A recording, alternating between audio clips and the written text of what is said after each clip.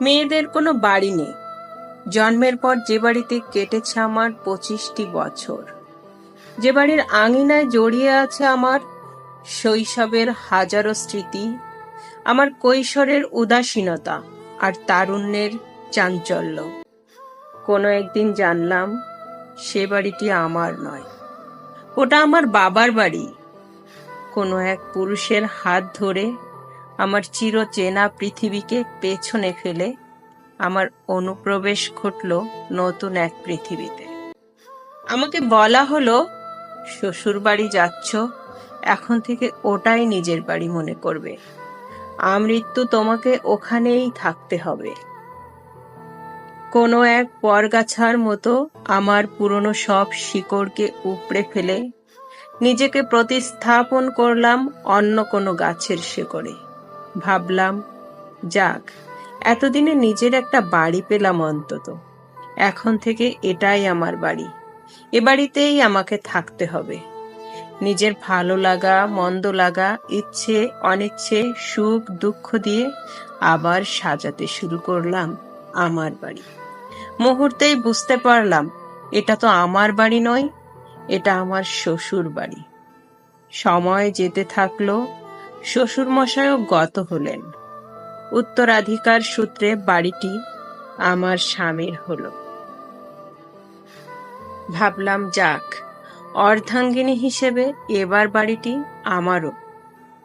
কিন্তু কই, পান থেকে চুন খসলেও স্বামীর কাছ থেকেও তো শুনতে হয় আমার বাড়িতে এসব একদম চলবে না। তার মানে বাড়িটি আমার স্বামীর, আমাদের নয়। আমাদের বলতে মানে আমার নয়। ছেলে বড় হলো, ভালো চাকরি পেল, ওর বাবা আজ নেই। উত্তরাধিকার সূত্রে বাড়িটি আমার ছেলের হলো।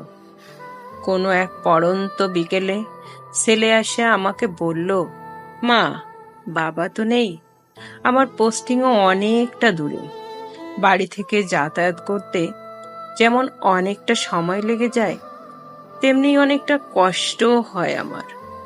তাই ভাবছি আমার বাড়িটা এবার বিক্রি করে দেব, নতুন যে ফ্ল্যাটটা কিনেছি ওখানে চলে যাব। লক্ষ্মী মা আমার, না বলো না, আমার সাথে চলো আমার নতুন ফ্ল্যাটে। ওর মাথায় আলতো করে হাত রেখে মৃদু হেসে বললাম, পাগল ছেলে, তোর সাথে তোর নতুন ফ্ল্যাটে যাব, এর চেয়ে আনন্দের আর কি হতে পারে আমার।